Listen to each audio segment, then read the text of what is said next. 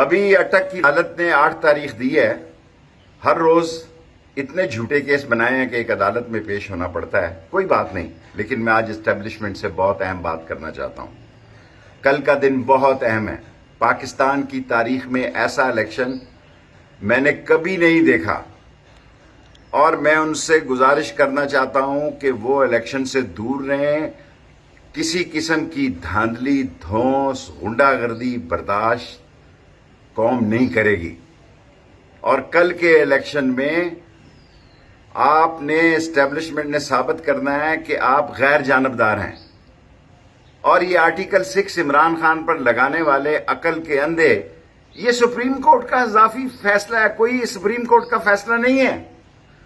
ان کے پاس عقل کی کمی ہے جو 2 ووٹوں سے اور 1 ووٹوں سے اس قوم پر مسلط کیے گئے ہیں. اگر قوم کل عمران خان کو ووٹ دیتی ہے تو اس کا راستہ نہ روکا جائے، تسلیم کیا جائے. اور اگر اس کا راستہ روکا گیا تو اس ملک میں ایسی شعلہ جوالہ نکلے گا، ایسی چنگاری نکلے گی، ایسی آگ پھیلے گی جو سب کو اپنے لپیٹ میں لے لے گی. اس لیے کل کا دن پاکستان کے سیاسی استحکام کے امتحان کا دن ہے، اور اس میں عوام کو فیصلہ کرنے کا حق ہونا چاہیے اور کسی کو مداخلت نہیں کرنی چاہیے.